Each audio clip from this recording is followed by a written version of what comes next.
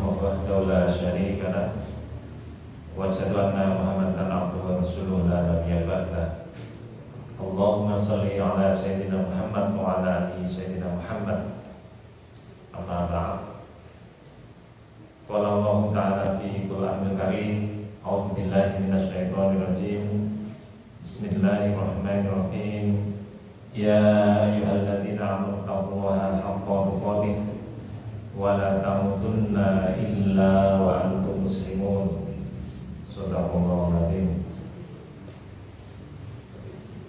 Bapak Ibu jamaah salat subuh Masjid Al-Iqrar yang dimuliakan Allah Subhanahu wa taala.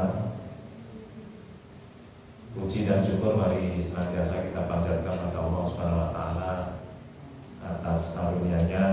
Alhamdulillah pagi ini kita masih diberi kesempatan untuk bisa bangun pagi dan melaksanakan kewajiban kita di hari ini, dimulai dari sholat subuh berjamaah, setelahnya kita mengajar rutin ahad pagi. Atas limpahan karunia Allah Subhanahu wa taala, maka tentu saja patut kita syukuri dengan sebenar-benarnya syukur. Ada dua pilihan ketika kita bersyukur kepada Allah Subhanahu wa taala, seperti hadis surat Ibrahim ayat 7, akan ditambahkan nikmatnya kembali kepada kita. Dan pilihan yang kedua, pilihan yang buruk tentu kalau kita kufur nikmat, mengingkari kenikmatan-kenikmatan yang Allah Subhanahu wa taala berikan kepada kita, tidak mengakui karena itu hasil jerih payah saya sendiri, hasil bekerja saya sendiri, maka inna adzab lasyadid. Sesungguhnya adab Allah Subhanahu wa taala itu amat pedih. Bersyukur maka akan ditambah nikmatnya, atau kufur maka akan diadab oleh Allah Subhanahu wa taala.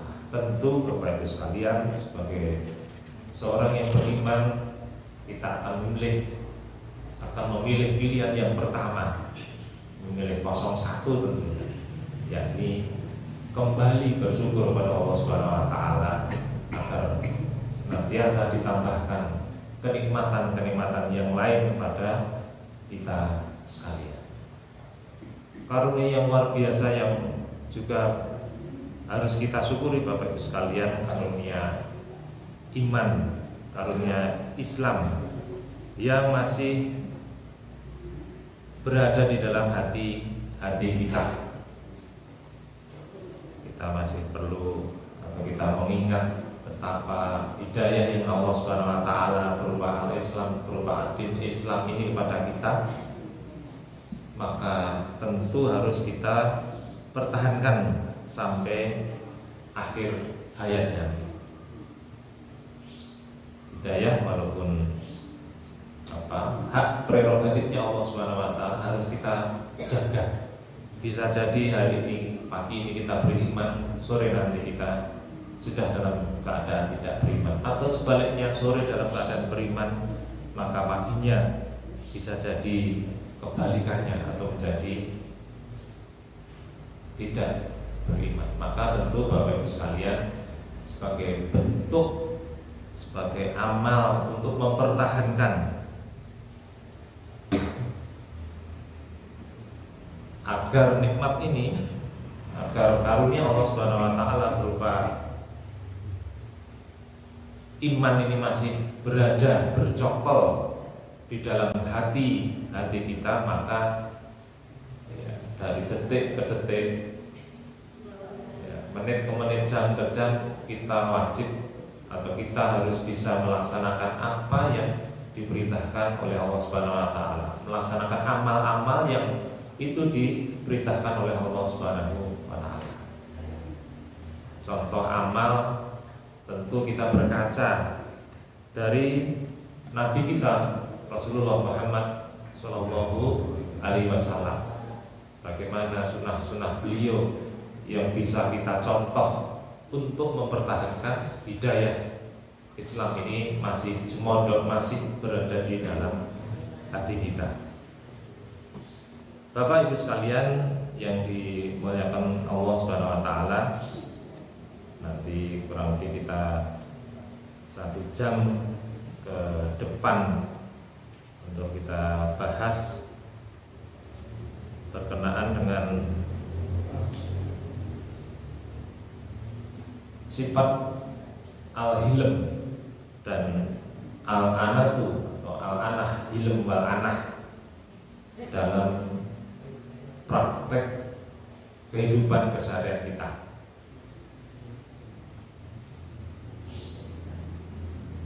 Dari hadis, sesungguhnya kamu mempunyai 2 akhlak yang sangat dicintai Allah. Inna fika khoslataini yuhibbuhumullah, al-hilm wal anah. Sesungguhnya inna fika, sesungguhnya kamu mempunyai 2 akhlak, alih akhlak sak temene sira kabeh duwe 2 akhlak, loro akhlak yang Allah Subhanahu wa taala, yang sangat dicintai oleh Allah Subhanahu wa taala dan Rasulnya. 2 akhlak ini dicintai oleh Allah dan Rasulnya, yaitu sifat al-hilm wal anatu, sifat al-hilm dan al-anah. Apa al-hilm itu, apa al-anah itu, ini akan kita sampaikan pada pagi hari ini 1 jam ke depan. Bapak Ibu sekalian, monggo, ini sampun ada hidangan di depan kita, bisa sambil dirahapi. Monggo ditunjuk dulu.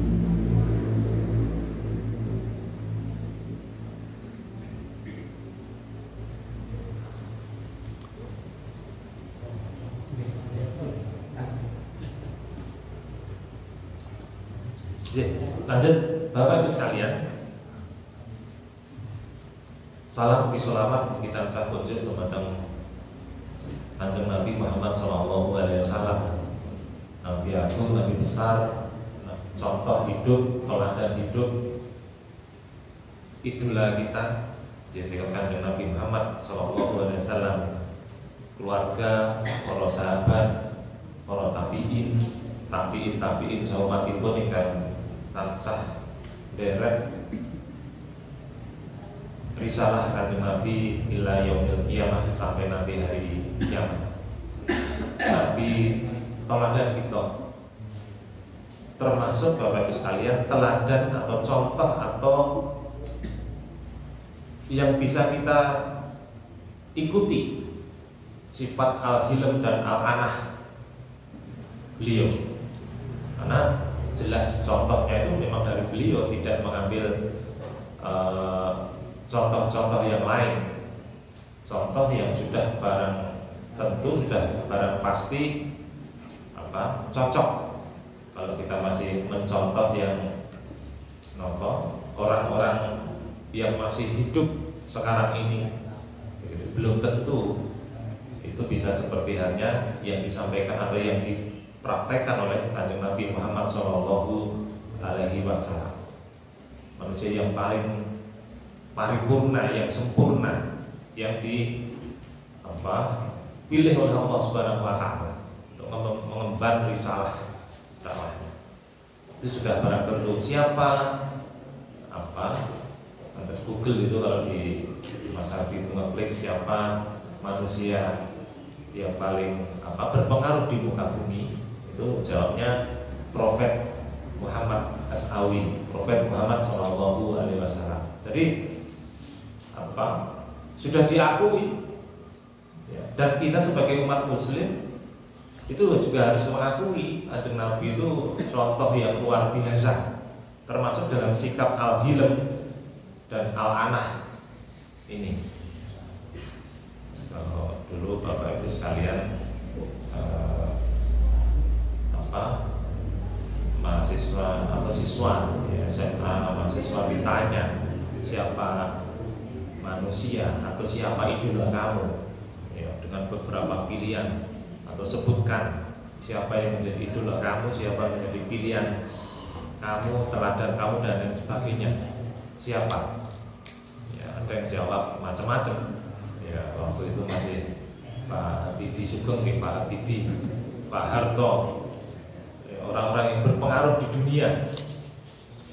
Ya, ada ibunya, ada bapaknya, tapi lupa ternyata dengan Nabi yang memberi contoh kita, yang akan menyelamatkan kita di hari akhir nanti, yakni Kanjeng Nabi Muhammad Shallallahu Alaihi Wasallam. Nah, itu yang harus menjadi jawaban bagi kita.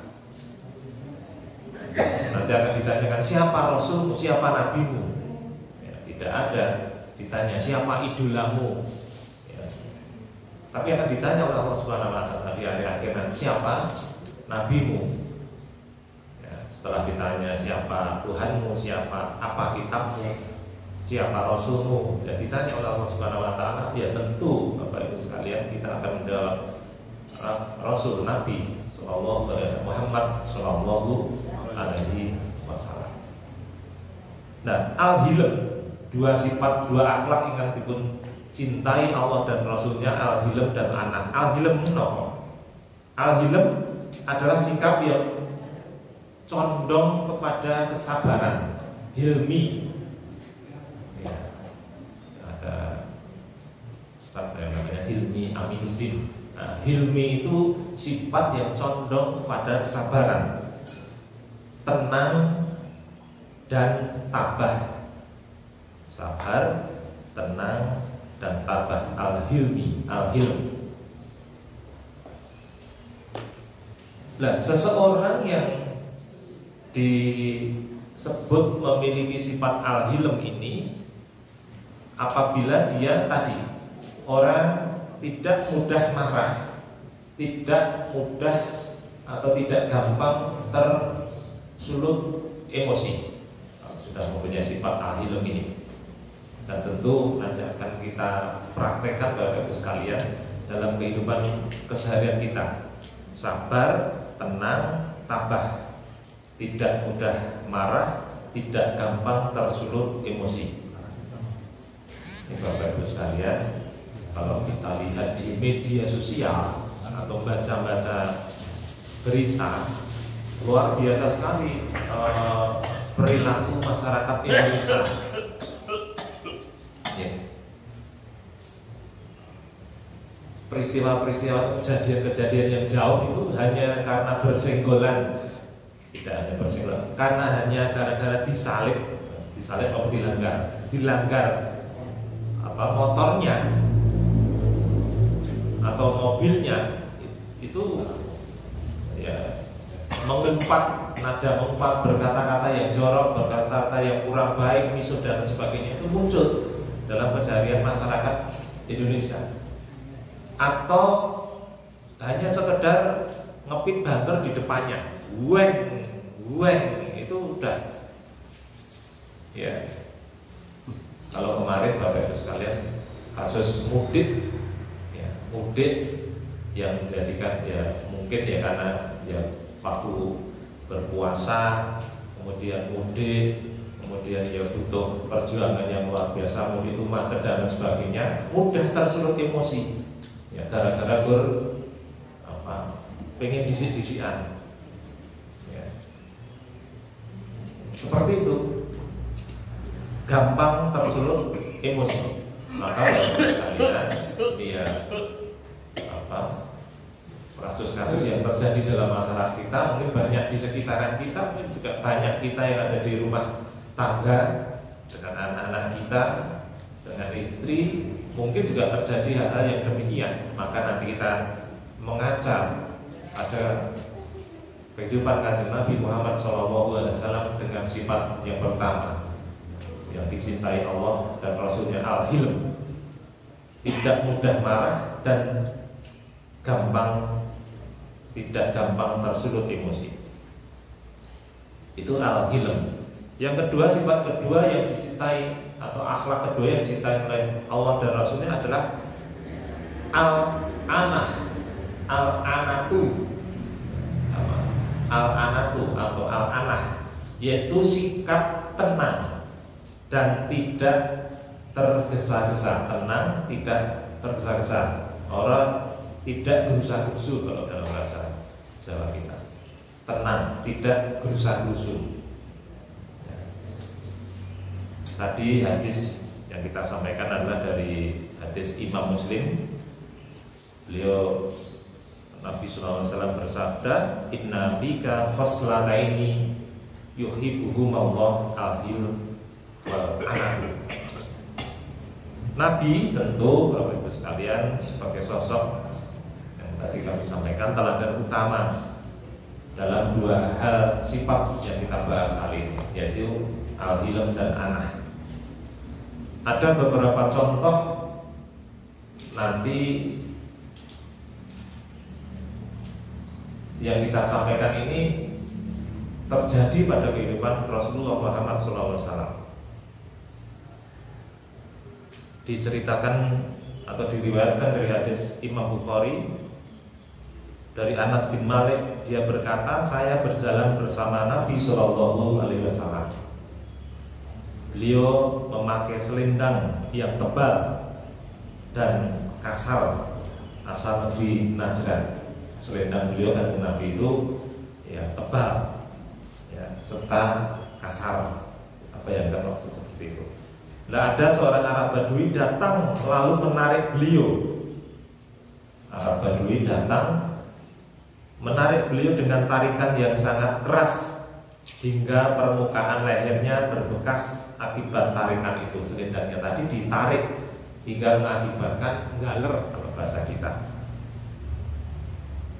Kemudian orang itu berkata, perintahkanlah agar aku diberikan Allah yang ada padamu. Ya.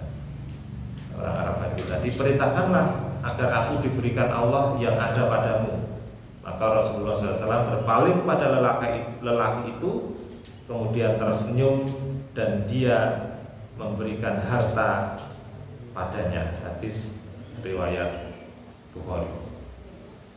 Jadi Bapak Ibu sekalian, luar biasa sekali, Nabi tidak membalas perlakuan Arab Badui tadi. Datang, ya, terus geret selendangnya dengan Nabi yang disampaikan di leher beliau sampai galer. Ya, kalau mungkin tidak punya sifat al-hilm atau tidak sabar tadi, mungkin sudah emosi. Tapi tidak dilakukan oleh Rasulullah SAW. Bahkan tadi Arab Badui tadi minta, ya, perintahkanlah agar aku diberikan Allah yang ada padamu. Bahkan Nabi SAW memberikan harta pada Arab Badui. Sikap atau contoh yang pertama yang terjadi pada Nabi SAW berkenaan dengan sifat al-hilm dan al-anah tadi. Al-hilm tadi tidak mudah tersulut emosi atau beliau sangat sabar.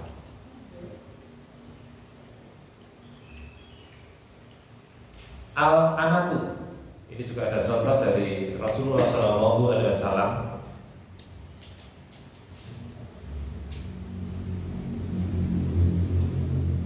Kalau kita sampaikan dulu yang al-hilm tadi. Suatu ketika Khalifah Umar bin Abdul Aziz masuk ke dalam masjid. Contoh yang pertama tadi terjadi pada Nabi SAW. Ini terjadi pada Umar bin Abdul Aziz masuk ke dalam masjid. Kira-kira seperti ini kita bayangkan, masuk ke dalam masjid. Nah, masjidnya waktu itu belum ada lampu atau dalam keadaan gelap. Tentu saja, ya, petang itu kan tentu saja tidak kelihatan, ya, tidak tampak isi masjid. Kalau dulu mungkin masjidnya rapat gitu ya, kalau kita kan terbuka, semi terbuka ini, jadi kelihatan. Ya. Hingga Umar bin Abdul Aziz ini menginjak melaku begitu dari depan, melaku ngidak seseorang yang sedang tidur di masjid. Masjid dilarang tidur di dalam masjid. Tapi ada contoh masjid yang memberikan bantal pada jamaah yang tidur di masjid. Sekarang tahu masjidnya mana? Apalah apa yang mana ya? Apalah Seragen ya?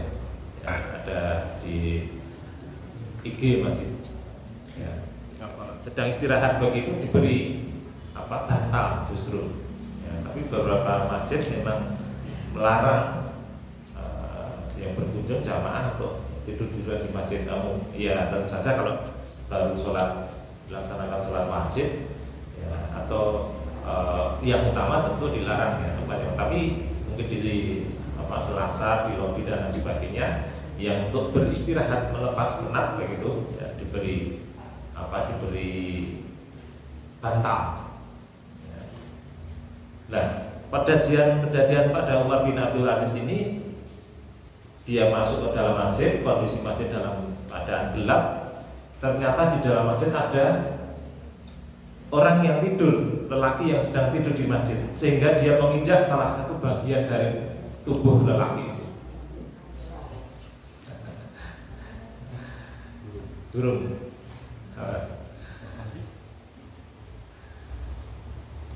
Pengen ngaji, lawan burung. Ya. Hingga menginjak, ya katakanlah kaki begitu, kepidak, dek begitu. Tentu saja saya kepidak karena waktu gelap ya akan sambat. Apa kuwi wong edan begitu ya. Ya. Apa kamu ini orang gila? Begitu. Khalifah Umar bin Abdul Aziz diarani begitu, apa kamu sedang gila?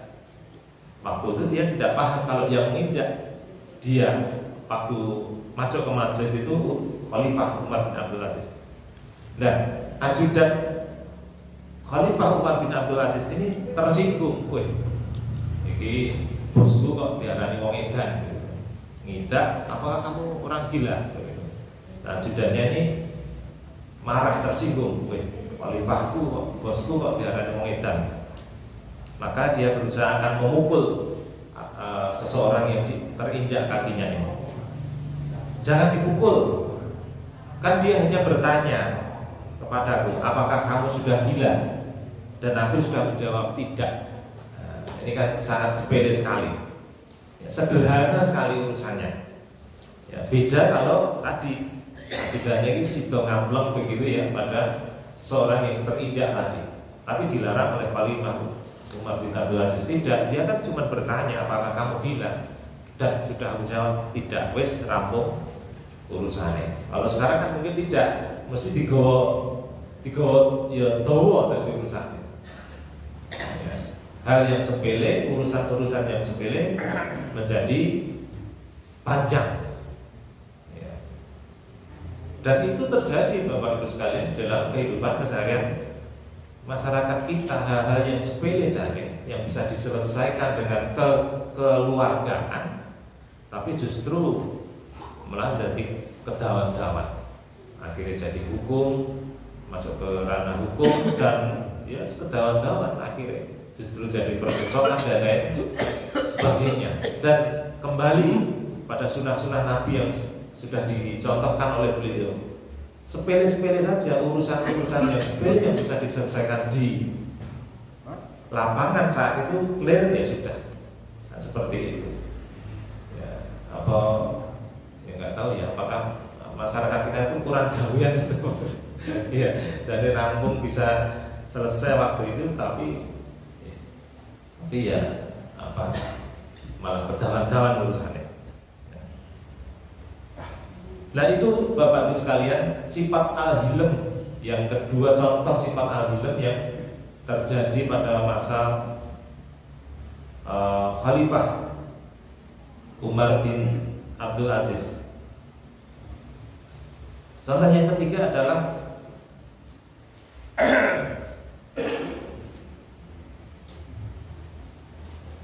hormat dan lembut kepada orang tua. Hilm dan anatu pada orang tua kita. Ini sudah barang tentu Bapak Ibu sekalian. Di Quran juga sudah jelas tidak boleh membantah, afid dan lain sebagainya. Itu kan kita harus berperilaku kepada orang tua kita. Oh ya sudah tidak ada saja kita harus berperilaku baik, apalagi yang masih bersama dengan kita, orang tua yang masih nunggoni kita. Ya. Ini juga contohkan oleh Rasul Shallallahu Alaihi Wasallam, mengarahkan umatnya untuk menghormati dan memuliakan orang tua. Harus bisa lemah lembut kepada orang tua, tidak berkata kasar, tidak membentak. Ya, lagi-lagi contohnya, walaupun mungkin dalam kehidupan atau dekat kita mungkin ada, contoh jauh saja, ya terjadi. Alam ini lagi-lagi masyarakat kita memang hal-hal yang sepele ini menjadi tontonan, bahkan menjadi rujukan masyarakat. Ya. Bagaimana dia berperilaku kepada orang tuanya yang sudah sepuh, sudah cukup, dulang begitu ya, dengan perilaku yang sangat kasar, begitu ya. Kepada orang tua, kepada bapaknya sudah cukup kasar, ya, dulangnya. Jadi seperti itu, ya, perilaku seperti itu. Maka tentu bagi kita, ya, seorang Muslim mukmin, tadi contoh atau anjuran Kanjeng Nabi kita untuk bisa menghormati, bahkan harus memuliakan orang tua kita. Ada cincin dari Nabi Shallallahu Alaihi Wasallam, Zainal Abidin, terkenal orang yang sangat berbakti pada ibunya. Ya, bahkan terheran-heran, banyak orang itu terheran-heran dengan sikapnya karena saking berbaktinya kepada ibunya. Ya. Engkau adalah orang yang paling berbakti pada ibu. Mengapa kami tidak pernah melihatmu makan berdua dengannya dalam satu talam? Saking berbaktinya, dia ditanya, kenapa engkau tidak pernah, kami tidak pernah melihatmu berdua makan berdua dalam satu talam, atau gampangnya satu meja? Karena saking berbaktinya. Itu disampaikan bahwa kalau sedang makan berdua dengan ibunya itu, dia hanya bisa melirik saja, menunggu saja. Kenapa itu dilakukan? Karena dia tidak ingin menyakiti hati ibunya. Hanya gara-gara nanti kalau saya ngambil hidangan ini, ya, ibu saya ternyata ingin juga itu. Kalau saya ingin hidangan yang kiri, ternyata ibu juga ingin yang itu. Jadi dia tunggu saja ketika makan berdua dengan ibunya ini, ya, takut membuat kecewa ibunya. Sampai seperti itu si Zainal Abidin, cicit Nabi Sallallahu Alaihi Wasallam itu, saking berbaktinya dia pada ibunya. Kalau kita mungkin ya kalau makan bersama itu mungkin ya cepet-cepetan jiko hidangan begitu. Tapi dia tidak, tunggu dulu ibunya mau apa, ngambil hidangan yang mana dulu. Ya sudah, ibunya cukup, lah kita baru ngambil seperlunya. Zainal Abidin, cicit Nabi seperti itu. Dia ingin tidak ingin mengecewakan ibunya, biar ibu mana yang mau diambil. Ia menjawab, aku khawatir tanganku mengambil sesuatu yang dilirik matanya. Ya, sampai khawatir makanan mana yang dilirik oleh ibu. Ya, tanganku mengambil sesuatu yang dilirik oleh ibu, sehingga aku durhaka kepadanya. Sampai tingkatan yang seperti itu. Ya, ini contoh yang luar biasa sekali, Bapak Ibu sekalian.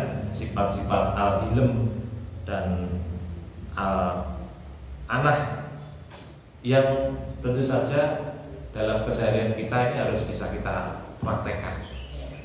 Ya, tentu kembali pada saya secara pribadi, begitu Bapak Ibu sekalian. Ya, kita yang masih bersama dengan ibu, bersama dengan orang tua, kedua orang tua kita, tentu itu harus bisa kita laksanakan, itu harus bisa kita lakukan dalam keseharian kita. Kalau kita masih ditunggui oleh beliau. Ada contoh-contoh yang lain, ya, kurang tahu saya yang ketika pejabat ketika menerima bel dari ibunya, maka mau tidak mau dia harus ngangkat bel atau telepon dari ibunya. Ya, tidak pandang bulu dia sedang bersama siapa. Ketika ibunya ngebel HP, ya sudah diangkat. Sebentar, ibu saya baru ngebel saya, baru manggil saya. Sampai hal-hal yang seperti itu memuliakan ibunya. Bapak sekalian, dari contoh-contoh yang ada tadi, sifat adil dan amanah, ya, tenang, sabar, tidak gerusa-gerusu, tidak mudah tersulut emosi, ya. Ini kan hal-hal yang kecil yang dekat atau melekat dengan diri kita. Ya, mau tidak mau memang harus bisa kita coba. Karena ini dua sifat ini sangat dicintai Allah dan Rasulnya. Dan itu ya barang sudah jelas melekat dalam hati keseharian kita. Kontak badan, kontak fisik, sok yo kesenggol motore, sok yo blaret motore, ya hal yang lumrah. Kalau dua sifat ini tidak berada di dalam hati kita, ya tadi akhirnya kedawan-dawan urusannya yang sebenarnya sepele. Nah ini ya kita kami yang masih muda-muda begitu ya, ini mau tidak mau ini harus kita praktekkan. Ya, semoga Bapak Ibu sekalian kita diberikan dua akhlak yang mulia ini, al-hilm, ya, condong pada kesabaran, tenang dan sabar, serta al-anah, tidak mudah marah, tidak gerusa-gerusu dalam segala hal. Semuanya sudah diatur oleh Allah Subhanahu wa taala, termasuk kita dalam bekerja, mencari rezeki, penghidupan dan sebagainya sudah diatur oleh Allah Subhanahu wa taala.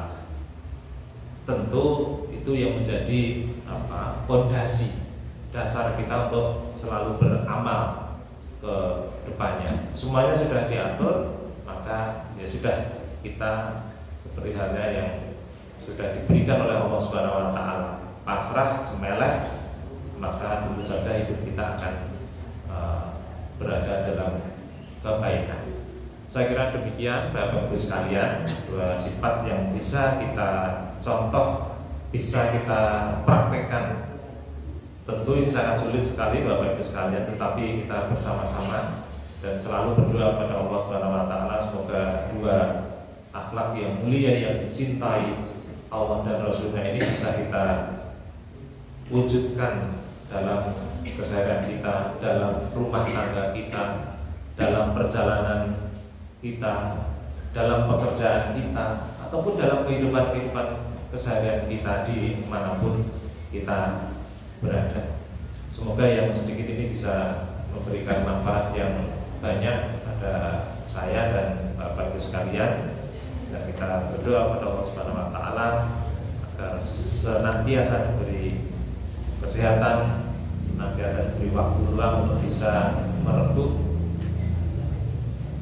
melaksanakan amal-amal ibadah kita pada Allah Subhanahu wa taala. Kurang dan lebihnya mohon maaf. Subhanallahumma wa bihamdika, asyhadu an la ilaha illa anta, astaghfiruka wa atubu ilaik. Wabillahi taufiq wal hidayah. Wassalamualaikum warahmatullahi wabarakatuh.